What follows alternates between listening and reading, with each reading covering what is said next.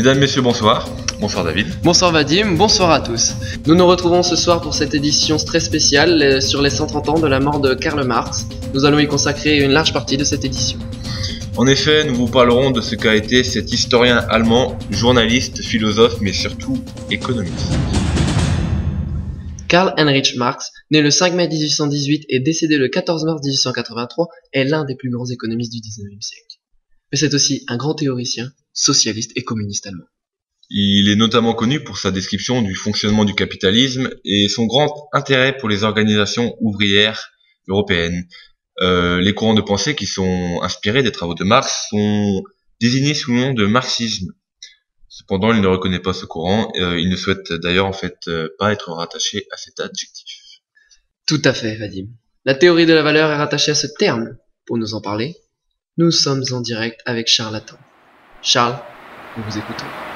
Oui David, d'ailleurs la valeur d'un travail n'existe pas selon Marx. La valeur d'un objet vient justement du travail qui a été effectué dessus. C'est la base même de la théorie de la valeur selon Marx. C'est tout simple à comprendre, le salaire du travailleur dépend juste de son travail et pas forcément de son temps. Donc le profit, qui est en fait la richesse de l'individu, ce profit, donc cette richesse vient de son salaire. C'est logique. Et le reste est donc son épargne, vous l'aurez deviné, mais Marx a envie de l'appeler le plus-value, juste pour se faire passer pour un intello. Donc voici une pierre précieuse, qui est en fait un simple et vulgaire caillou. Cette pierre précieuse vaut énormément d'argent, c'est pour ça qu'il y a un gars juste derrière moi.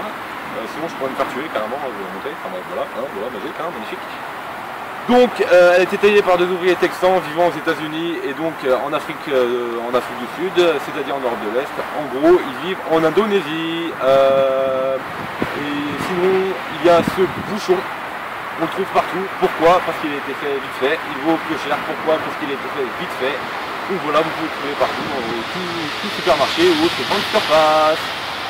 Voilà, c'était tout. Je viens de vous résumer en 3 secondes ce qu'un professeur aurait mis 3 ans à vous expliquer. Charles Attend pour le citer. Merci Charles de votre participation à ce journal. Donc si j'ai bien compris, et je parle aussi au nom des téléspectateurs nous regardant, ce que nous a exposé Charles, c'est le fait que la quantité de travail est incorporée à la marchandise, n'est-ce pas? Oui, c'est exactement ça David. Autre terme lié au marxisme, l'aliénation. Harry est en direct avec nous pour nous en donner tous les détails. Harry? Oui, en effet, Vadim, nous sommes en direct de Trèves, lieu de naissance de Karl Marx. Nous sommes à l'endroit où a été gravée en son honneur une citation sur l'aliénation, c'est-à-dire ce que vend l'ouvrier, ce n'est pas directement son travail, mais sa force de travail. Donc nous savons aussi que pour lui, pour Marx, c'est une thématique importante, car dans le monde capitaliste, le travailleur vend sa force de travail. Le travail humain peut être donc assimilable à celui d'une machine, en somme. Alors l'homme peut aussi être considéré comme un simple rouage, une pièce interchangeable. Voilà. Donc en clair, le travail de l'homme peut être considéré comme une simple marchandise vendue. C'est tout. Harry Cover pour le JT de TCA. Merci Harry pour cette intervention. Cependant, nous ne pouvons parler du marxisme sans évoquer les classes sociales, c'est-à-dire les groupes d'individus avec des mêmes caractéristiques. Excusez-moi, les classes sociales, oui, donc c'est la pièce centrale de la critique marxiste. Dans sa théorie, le sociologue met en avant 2 classes. Tout d'abord la classe ouvrière, donc qu'on peut aussi qualifier de prolétariat. Donc c'est-à-dire que les ouvriers n'ont que la force du travail pour exister. Il y a aussi la classe capitaliste, c'est-à-dire les personnes qui font travailler les ouvriers. Ils sont donc dominants. Exactement, Vadim, c'est un point non négligeable du marxisme. Pour conclure cette édition spéciale, nous pouvons dire que le marxisme se réclamant à des idées de Karl Marx est une analyse du capitalisme, c'est-à-dire l'analyse d'un régime économique et juridique d'une société dans laquelle les moyens de production n'appartiennent pas à ceux qui les mettent en œuvre. Le but est d'accumuler un capital par le profit, un profit qui représente la part non rémunérée des travail des prolétaires, à qui l'on ne donne que de quoi renouveler les forces de production.